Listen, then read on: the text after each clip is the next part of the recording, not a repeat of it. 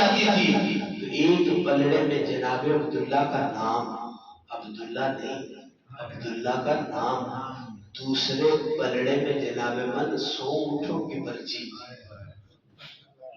جناب 300 اونٹوں کے بعد وزن برابر نہ ہوا، 200 اونٹوں کے بعد وزن برابر نہ ہوا، 300 لوگ کہتے ہیں کہ یہ عبداللہ پاک کا وزن نکالتے ہیں، لیکن میں کہتا ہوں اگر ترکڑی میں عبداللہ بیٹھے ہوتے تو کائنات کا سارا اونٹ بھی ختم ہو جاتے، سونا بھی ختم ہو جاتا، عبداللہ کا مول نہیں بڑھنا تھا، یہ نام عبداللہ تھا کہ رب نے کہا 300 اونٹ دو اور عبداللہ کی قربانی تمہیں معاف کر دیتا ہوں۔ وہ جس کے والد کے مقام تک کوئی نہیں پہنچتا، اس محمد عربی کی شان کا عالم کیا ہوگا؟ اور یاد رکھیں کسی کی زلف سوڑی، کسی کی آنکھ سوڑی، کسی کی داڑھی سوڑی، کسی کا چہرہ سونا، سارا کوئی نہیں سونا ہوتا، لیکن عبداللہ کا چاند اتنا سونا تھا نا جو ابو جائز جیسے بھی تھے، جو جہالت کی انتہا پر بھی تھے، وہ بھی جب محمد کو چلتے دیکھتے تھے تو رش کہتے تھے کوئی اتنا پیارا کیسے ہو سکتا ہے، پھر سارے کا سارا کیسے ہو سکتا ہے؟ جناب من حسن مصطفیٰ کا عالم یہ تھا کہ بہاریں انتظار کرتی تھی، جنگل میں بڑے شور غل ہے، جنگل میں بڑے گلاب ہے، لیکن جب محمد کا پھیرا پڑ جائے گا تو پھولوں کو بھی مسکرانا آ جائے گا۔ یہ وہ مہینہ ہے کہ جس میں میں آپ سے بیٹا مانگوں مدرسے کے لیے، میں اس کو قرآن پڑھا کے آپ کو دیتا ہوں، آپ نے لاکھ دفعہ سوچنا ہے، ادھر رہے گا تھوڑی کمائی کر لے گا، ادھر رہے گا سکول کی تعلیم پڑھ لے گا، سکول کی تعلیم اس لیے نہیں پڑھاتے کہ اس کو شعور آ جائے، آج کل کے لوگ سکول کی تعلیم اس لیے پڑھاتے ہیں بڑا ہوگا تو ڈی سی لگے گا، بڑا ہوگا تو اے سی لگے گا۔ وہ آج مصطفیٰ کریم کی اتنی قربانیوں کے باوجود ہم اپنا بچہ دین کو دینے کے لیے تیار نہیں، لیکن وہ محبوب خدا، سوچو تو صحیح ہم کتنے خوش نصیب ہیں، رب نے ہمارے لیے اپنے محبوب سے جدائی برداشت کر لی۔ یاد رکھیں جس کی چیز سوڑی ہو نا وہ کونج کے رکھتا ہے، سنبھال کے رکھتا ہے کہ میں اس کو خود ہی دیکھوں، اس کو کوئی نہ دیکھے۔ جن کے سجن سوڑے ہوتے ہیں نا ان کو دیکھنے سے بھی جناب میل آ جایا کرتی ہے۔ رب نے اپنے محبوب کو سوڑے، نازک، نرم اور اتنے سوڑے محبوب کو ہم جیسے بندوں کے لیے اس دنیا میں بھیجا، پھر محبوب نے بھی ایسی لاج والی کے ساتھ ربی حبلی امتی، ربی حبلی امتی کے وہ کلام بیان کر کے دنیا کو بتایا۔ محمد اس دنیا میں کسی اور کام کے لیے نہیں آیا، محمد غریبوں کو بخشوانے کے لیے آیا ہے۔ جناب الف لام میم ذالک الکتاب لا ریب فیہ، الف لام میم وہ کلمات ہیں جن کو حروف منقطعات کہا جاتا ہے، یہ 14 حروف ہیں قرآن پاک، ان کے بارے میں ہر محدث ہر محقق یہ کہتا ہے، وہ کہتے ہیں واللہ عالم ورسول، اس کے بارے میں یا خدا جانتا ہے یا خدا کا مصطفیٰ جانتا ہے۔ قرآن کیا ہے؟ ہدایت ہے نا، بولو بھائی ہدایت ہے، ہدایت ہے تو قرآن ہدایت کس کے لیے؟ سب کے لیے ہدایت ہے۔ تو پھر ربا یہ لفظ کیوں ایسے فرمائے کہ جو کسی کے سمجھ میں نہ آئے؟ تو ہمارے ایک بزرگ ہیں وہ کہتے ہیں یہ قرآن کا سکیورٹی کوڈ ہے، جن کو ان کا پتہ چل جائے گا ان کو معراج بھی سمجھ آ جائے گی، معراج والے کا عشق بھی سمجھ آ جایا کرے گا۔ آگے اللہ فرماتا ہے ذالک الکتاب لا ریب فیہ، یہ وہ کتاب ہے جس میں کوئی شک نہیں۔ اب میں آپ سے پوچھتا ہوں، میں خود آؤں تو کمال ہے یا میں کسی کو بھیجوں تو کمال ہے؟ جناب خود آؤں تو بڑی شان ہے آپ لوگوں کے نزدیک، میرے نزدیک، کیونکہ میں سرکار کے میلاد میں آیا ہوں۔ بھائی عزت یہ نہیں ہے کہ تم تاج پہن کے بیٹھے ہو، عزت یہ ہے پھٹا لباس اور ممبر رسول پر بیٹھ کے سرکار کی باتیں کر رہے ہیں۔ بھائی دنیا کا ہر بندہ بڑی شان والا ہے، پر جس کی زبان کو محمد کے ذکر کی چاس لاتے ہی ہے نا، وہ ہر میٹھی چیز، میاں محمد بخش صاحب فرماتے ہیں کک سواد مشری اندر تے کھنڈا میچک مٹھیاں، انہاں ساریاں گلاں نالوں میں کل ایک جگہ حاضر ہوا تو بزرگ کہتے ہیں ایک سوال ہے. میں نے کہا جی کیا سوال ہے؟ کہتے ہیں مجھے سرخ مرچ ہضم نہیں ہوتی، میرے دل کو تکلیف ہوتی ہے، میں بیمار ہو جاتا ہوں. تو میں نے کہا درود پڑھو. تو بندہ ہنسنے لگ گیا. میں نے کہا درود سے کوئی میٹھا ہوگا تو تمہیں مرچوں کا احساس ہوگا. جب اس وجود کو، اس زبان کو درود کی مٹھاس سے میٹھا کر لو گے، رب تمہاری زندگی سے جھوٹ بھی نکال دے گا، تمہاری زندگی سے گندگی بھی نکال دے گا. سبحان اللہ. لا ریب فیہ ذالک الکتاب، یہ وہ کتاب ہے کہ جس میں کوئی شک نہیں. صرف کالے خان آ جائے تو جناب بات ہو رہا ہے. توتی کو بھیج دو کہ جاؤ قاری صاحب سے کہنا میرا یہ کام کر دیں تو بات ہو رہا ہے. خود آ کے قاری صاحب سے عرض کروں کہ میرا یہ کام کر دیں تو بات اور ہے. کلام الہی اترا ہے الگ نشرا کے سینے پر. جناب سینے کا عالم یہ ہے. رب کہتے ہیں ذالک الکتاب لا ریب فیہ، یہ وہ کتاب ہے جس میں کوئی شک نہیں. وہ جو کلام محمد کے الگ نشرا سینے پر اترے، رب اس کا شک خود دور کر دیتا ہے. وہ جس پر کلام اترا ہے اس کی شانوں کا عالم کیا ہوگا. سبحان اللہ. یہ گمان کرنا. میرے استاد فرماتے ہیں، میں حضرت عبدالشکور علامہ عبدالشکور ہزاروی صاحب کا ڈائریکٹ شاگرد، اور عبدالشکور ہزاروی صاحب ڈائریکٹ بھی میرے علی شاہ صاحب کے شاگرد ہیں. اگر میں شجرا گروں تو پھر میرے علی شاہ صاحب میرے پردادا استاد بنتے ہیں. جناب میرے استاد کہتے ہیں قادیانیت کا بول بالا تھا تو میں عبدالشکور صاحب کے پاس پڑھتا تھا تو میں روز جاتا تو مجھے قادیانی اسلے پہ روک روک کے پوچھتے تم اپنے نبی کی نبوت کی دلیل دو، اپنے نبی کی نبوت کی دلیل دو. تو میں پریشان ہو جاتا. اس لیے نہ ہوتا کہ میرے پاس علم کی کمی تھی، اس لیے ہوتا کوئی ایسی بات کر دوں. جناب دین والے بندے کے لیے سب سے بڑی ذمہ داری یہ ہوتی ہے کہ وہ جب بات کرے نا ناپ تول کے کرے. انیہ بات کرنے والا دین کا خادم نہیں ہوتا. جو بڑی ہو اس کو بیان کرنا دین کے ہر خادم پر واجب ہے. جو سنی ہو وہ واجب نہیں ہے، کیونکہ سنی سنائی بات پر عمل کرنے والا کانوں کا کچا ہوتا ہے. پکا بندہ وہ ہوتا ہے جو تحقیق سے بات کرے. امت نے تو میرے مصطفیٰ کی کھانسی بھی سنبھال کے رکھی. جناب ایک حدیث ایسی بھی آئی ہے بخاری شریف میں کہ جناب ابو بکر صدیق جماعت فرما رہے ہیں اور میرے مصطفیٰ کریم اپنی لالت کے باوجود مسجد نبوی میں تشریف لائے ہیں. اور ایک بندہ کھانسی کر کے سرکار کھانسی کر کے بتا رہے ہیں ابو بکر صدیق جان لے محمد جماعت کرانے کے لیے مسجد میں تشریف لایا. اب ابو بکر صدیق مسلح امامت پر نہیں کھڑے ہوئے کہیں نماز ٹوٹ نہ جائے. نمازیں ان کی ٹوٹتی ہے جن کے دل میں محمد نہ ہو. جب مصطفیٰ کریم نے کھانسی فرمائی تو صدیق اکبر نے مسلح چھوڑ کر بتایا یہ وہ ہے مسلح بھی ان کے ہے، امامتیں بھی ان کی ہے، قرآن بھی ان کا ہے، شریعت بھی ان کی ہے، اور جو ان کے قدموں سے لگ جائے گا رب اس کو دارین کی عزت عطا فرما دے گا.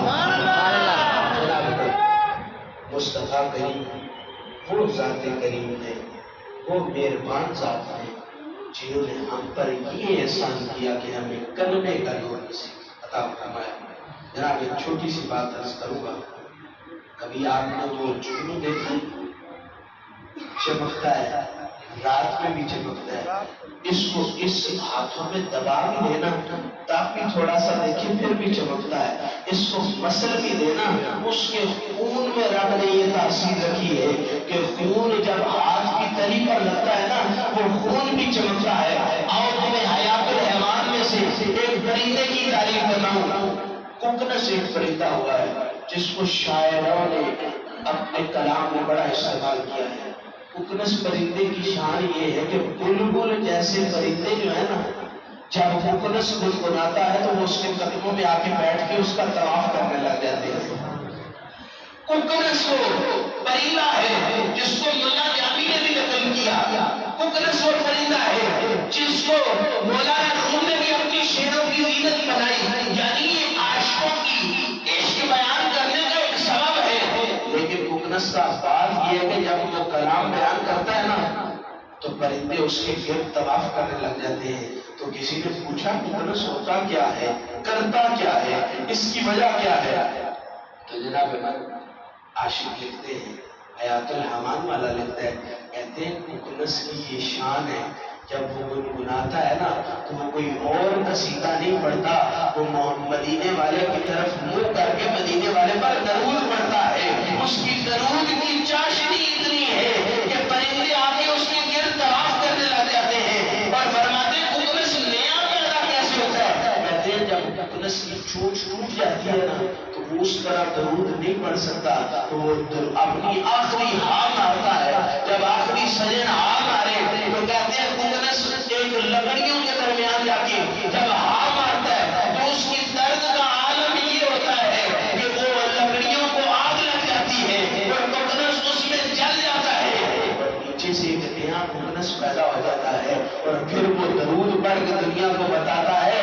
وہ پرندے کی نسل تب ختم ہوتی ہے جس کو محمد کے مدینے کا حیا نہ ہو، ذات محمد کا حیا نہ ہو، جس کو مصطفیٰ کا درود پڑھنا آ جائے، نہ اس کی نسل ختم ہوا کرتی ہے نہ اس کی نسل ختم ہونے دیتا ہے. آؤ حلیمہ سعدیہ کے در پر چلے. تو اس سے پہلے ذرا جنید، اس سے پہلے ذرا اس عاشق سے بھی پوچھے کہ جب اویس کرنی یمن کے اس جنگل میں تشریف فرما تھے تو حضرت عمر اور مولا علی مشکل خوشاد نبی کا وہ عشق والا جبہ لے کے اویس کرنی کی خدمت میں حاضر ہوئے. جب حاضر ہوئے، بات ذرا غور سے سنیے گا، جب حاضر ہوئے نا وہ جبہ پیش کیا، تب اب محمدی جبہ مل جائے کسی کو. بھائی ادھر کئی لوگ ہیں جو محفلیں سجاتے ہیں اور اوپر لکھتے ہیں 5 ٹکٹ مدینے والے، رش بڑھ جاتا ہے کہ ہم بھی ان نصیب والوں میں ہو جائیں، ہم بھی ان پرچی والوں میں ہو جائیں جن کی مدینے کی ٹکٹ نکل آئے. اور کئی صرف ٹکٹوں کو دیکھ کے نہیں جاتے، اوپر لکھا ہوتا ہے زیارت منہ مبارک، تو جناب بندے اس طرف چل پڑتے ہیں. کچھ نہ ہوا، نعت سننے کا ڈنگ آیا ہے نا، ہم مصطفیٰ کی زلف تو دیکھیں گے نا کہ کتنی حسین تھی. تو جناب جب اس طرح کے معاملے ہوں تو بندے چل دیا کرتے ہیں. اب زلف کی شان ہو رہا ہے 14 صدیاں بعد، اب پتہ نہیں وہی زلف ہے کہ نہیں. یہ تو لوگوں کی زبان پر میں ایک بات کر رہا تھا جس کو میں ذہن سے نکل گئی، لیکن ابھی وہ بات دوبارہ آ گئی. اس بات کو بات دوبارہ کروں گا. جناب جب جبہ مل گیا نا تو جناب ویسے کرنی پہن کے بیٹھا کرتے تھے، سج دھج کے بیٹھا کرتے تھے. بھائی حسن جب آتا ہے تو اللہ نزاکت نہیں دیتا ہے، تو جس کا حسن دنیا والا ہو اس کی نزاکت دنیا والی ہوتی ہے. جس کو حسن محمد جیسا قریب عطا کرے تو پتہ یہ چلتا ہے حسن والے بھی اس کی بنائی لینے کے لیے تیار ہوتے ہیں. جب جبہ محمدی پہن کر اویس بیٹھا کرتے تھے نا تو لوگ قریب آ کے کہتے تھے اویس کوئی حدیث تو سنا، کوئی نبی کی باتیں تو سنا، کوئی ٹکڑا تو سنا. تو اویس کہتا تھا حدیث مجھ تک پہنچی ضرور ہے، میں نے سنی ضرور ہے، پر اویس یہ نہیں چاہتا کہ کوئی اویس کو محدث کہے. اویس یہ نہیں چاہتا کوئی اویس کو موقع کہے. باقی اویس چاہتا کیا ہے؟ کہا اویس یہ چاہتا ہے جب بھی محمد کے غلاموں کا نام آئے تب سب سے پہلے اویس کا نام پکارا جائے. اویس جبہ و دستار کی عزت نہیں چاہتا، اویس چاہتا ہے تو محمد کی غلامی کی عزت چاہتا ہے. میں آپ سے عرض کر رہا تھا کہ علامہ عبدالشکور ہزاروی صاحب جب سید ریاض حسین شاہ صاحب آپ جایا کرتے نا تو میرے استاد تو کہتے ہیں رستے میں مجھے قادیانی روک لیا کرتے، مجھ سے سوال پوچھتے تو میں رک جاتا. میں یہ سوچتا کہیں غلط بات منہ سے نہ نکل جائے. تو میں ایک دن استادوں کے قدموں میں حاضر ہوا تو میں نے ان سے پوچھا، میں پریشان تھا تو انہوں نے مجھ سے پوچھا اے شاہ صاحب پریشان کیوں ہو؟ تو میں نے کہا وہ مجھ سے سوال کرتے ہیں، مجھے ڈر لگتا ہے کبھی مصطفیٰ کے عشق میں زبان سے غلط بات نہ نکل جائے. تو علامہ عبدالشکور ہزاروی صاحب تھاپڑا مار کے کہتے ہیں شاہ ولی پترا آج کوئی ملے تو رکنا نہیں ہے، نبی کے عشق میں بات کرتے چلے جانا ہے. فرمایا پھر حوالہ کہاں سے نکالوں گا؟ کہا عبدالشکور تمہاری کمر کے پیچھے ہے نا، حوالہ تمہیں نکال کے دے گا.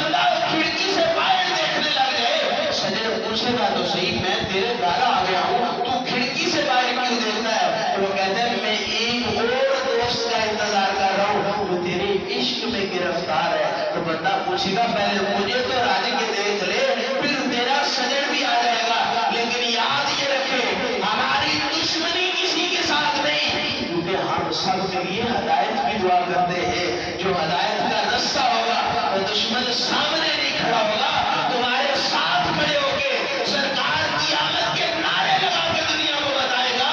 دشمنی تب تک تھی جب تک دل میں محمد نہیں تھا. اب دل میں محمد آ گیا ہے، ہماری دوستی محمد والوں سے ہے، ہمارے نعرے محمد والے ہیں. بی بی حلیمہ آپ کے پاس جب مصطفیٰ کریم کچھ وقت گزارا تو جب عمر مصطفیٰ کریم کی عمر کم و بیش 3 سال رہ گئی، 3 سال ہو گئی، تو آپ نے عرض کی اماں جان بھائی روز کدھر جاتا ہے؟ تو انہوں نے کہا یہ بکریاں چرانے جاتا ہے. کہا میں بھی جانا چاہتا ہوں. حضرت حلیمہ نے بڑا سونا جملہ بولا، ذرا غور سے سنیے گا، کانوں کو کھولیے گا. جناب اس مہینے میں اونچا بولنے پر کوئی پابندی نہیں ہے. آپ کہیں گے باقی مہینے میں ہے. میں نے کہا بندہ کم بولتا ہی اچھا لگتا ہے، کم سنتا ہی اچھا لگتا ہے، کیونکہ جن کی دل اور جن کا نظام یار کے ساتھ جڑ جائے وہ گفتگو پر اتنی فوقیت نہیں دیتا، وہ چپ رہ کے دل سر کو جھکا کے اللہ اللہ کر کے یار کو راضی کر لیتا ہے. لیکن یہ وہ مہینہ ہے جس میں شور کرنا بھی جائز ہے، اونچا بولنا بھی جائز ہے. کیوں جی جائز کیوں ہے؟ تاکہ پتہ چل جائے اب محمدی اپنے محمد کے آنے کا جشن منا رہے ہیں. عرض کی اتما جان میں بھی جانا چاہتا ہوں. بی بی حلیمہ نے سونا جملہ بولا. آپ فرماتی ہیں محمد تمہیں دھوپ لگ جائے گی. یعنی حلیمہ کو خیال تھا محمد نازکی کا وہ بہتر ہے، اگر دھوپ لگ گئی تو آمنہ کے لاڑے کو تکلیف ہوگی. حلیمہ کو یہ برداشت نہیں کہ آمنہ کے لاڑے کو دھوپ بھی لگ جائے. کہا دھوپ کی پرواہ نہیں ہے، لیکن میں بھی اپنے بھائی کے ساتھ بکریاں چرانے جانا چاہتا ہوں. تو جناب 3 دن تک مورخین لکھتے ہیں کہ حضور اپنے بھائی کے ساتھ بکریاں چرانے کے لیے گئے. 4تھے دن اماں حلیمہ نے روک لیا، نہ جانے دیا. 1 دن نہ جانے دیا، دوسرے دن نہ جانے دیا. جب تیسرے دن نہ جانے دیا نا تو وہ بھائی بکریاں چرانے کے لیے گیا تھا نا وہ بھاگا بھاگا آیا. جب ماں نے دیکھا بچے کو کیا ہوا ہے وہ پریشان ہو گئی. بچہ آگے ماں کو کہتا ہے حلیمہ سعدیہ اے اماں جان بکری شیر میرا بکری اٹھا کے لے گئی ہے. تو حلیمہ نے کہا کبھی ایسے بھی ہوا ہے؟ شیر بکریاں اٹھاتے نہیں ہے، شیر بکریاں کھاتے ہیں. کہا ماں نہیں اس نے کھائی نہیں، وہ اٹھا کے لے گیا ہے. تو محمد کریم غصے سے اٹھے، کہتے ہیں میں شیروں سے پوچھ لیتا ہوں وہ حلیمہ کی بکری اور وہ اٹھا کے لے جائے. یاد رکھے جو حلیمہ کی بکری اٹھانے کے لیے 3 سال کی عمر میں دیش میں آ سکتے ہیں، وہ ہم غریبوں کو چھڑانے کے لیے حشر کے میدان میں بھی سامنے آ سکتے ہیں. جب مصطفیٰ کریم گئے نا آواز بلند کی، او کدھر ہو شیرو؟ آؤ اللہ کا شیر تمہارے سامنے کھڑا ہے، مجھے بتاؤ تو صحیح کس کی جرأت ہوئی ہے جو حلیمہ کی بکری اٹھا کے لے گیا ہے؟ تو شیر دھیمے سے لہجے میں کوئی بکری اپنے دانتوں کے پنجوں میں ڈالی ہے، ذرا نرمی سے ڈالی ہے، کہیں اس کو سختی سے کوئی رگڑ بھی لگ گئی تو محمد نے ہم سے سوال کرنا ہے. لا کے مصطفیٰ کے قدموں میں رکھ دی. مصطفیٰ کہتے ہیں جب کھانی نہیں تھی تو لے کے کیوں گیا تھا؟ تو شیر کہتا ہے جب سوڑیا تو 3 دن تک بکریوں کے ساتھ آتا تھا نا تو ہم چھپ چھپ کے تمہیں دیکھتے تھے. تو ہمارے 1 دن جب آپ نہ آئے نا تو ہم اپنے بڑے کے پاس گئے جو ہمارا سردار تھا. ہم نے اس سے پوچھا اب سوڑا نہیں آتا، اب مدنی نہیں آتا، اب دلدار نہیں آتا، اے سوچو تو صحیح. یہ آنکھیں بلیل کی زلفیں، یہ جناب من دل اور بدنی کا پھیرا. عاشقو سوچو تو صحیح تیری میری بات ہو تو اور ہم چہرے کی بات کریں تو چہرہ، ہم بالوں کی بات کریں تو بال، ہم سینے کی بات کریں تو سینہ.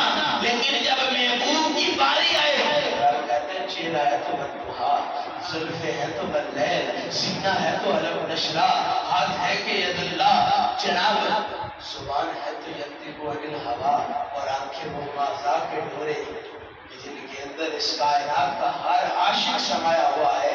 تو جناب ابن شیر یہ کہتا ہے جب ہم اپنے بڑے کے پاس گئے نا تو ہم نے اس سے کہا وہ نہیں آیا جس کو دیکھ کے دل کو سکون آتا ہے۔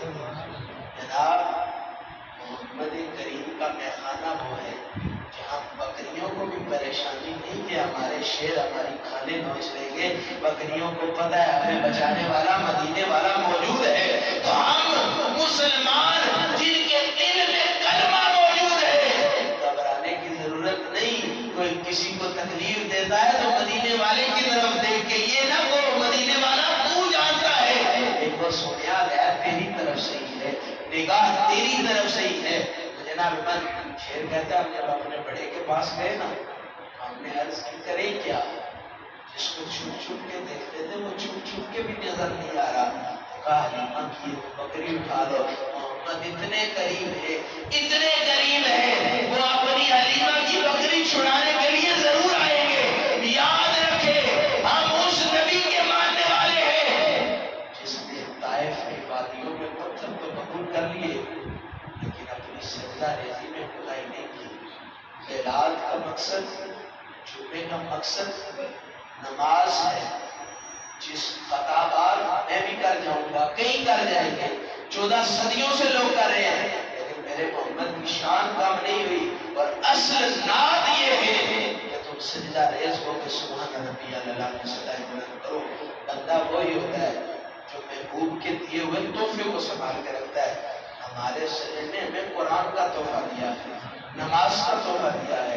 بھائی عاشق وہی ہے، آخری بات کروں گا، یہ بات میری اپنے دل میں لکھ لو، وہ محمدی نہیں ہو سکتا یہ دن میں ایک دفعہ قرآن نہ پڑھے اور اپنے رب کو سجدہ نہ کرے۔ بلال بڑی اچھی چیز ہے لیکن جب رب کو سجدہ کرے نا تو بلال سننے کا رب گل ڈال دیتا ہے۔ لوگ کہتے تھے ایک نماز کی کاملیت کی نشانی یہ ہے کہ بندے کو اگلی نماز نصیب میں آتی ہے، لیکن بلال کی کاملیت اور کامیابی کی بخشش اور نجات کا سبب یہ ہے کہ جب بندہ بلال سنتا ہے تو بندہ نماز سے باقی نہیں ہوتا، بندہ رب کو سجدہ کر کے بتاتا ہے بلال وہ نہیں ہوتا جو نماز سنتا ہو۔ تو ہمارے پیار والوں کے لیے، اسلام والوں کے لیے سب سے بڑی یہ بات ہے نماز بندے کی ہر چیز قضا ہونی چاہیے۔ میں کہتا ہوں ایک دن ڈیوٹی پر بھی نہ جاؤ اور طبیعت خراب ہے لیکن اس دن نماز ضرور پڑھو، کیونکہ جس کی نماز پڑھو گے وہ تمہیں اس دن کی روزی گھر بیٹھے ہی عطا کر دے گا۔ یہ محمد سے وفا تم نے تو ہم دے رہے ہیں، یہ جہاں چیز کیا لوگوں کا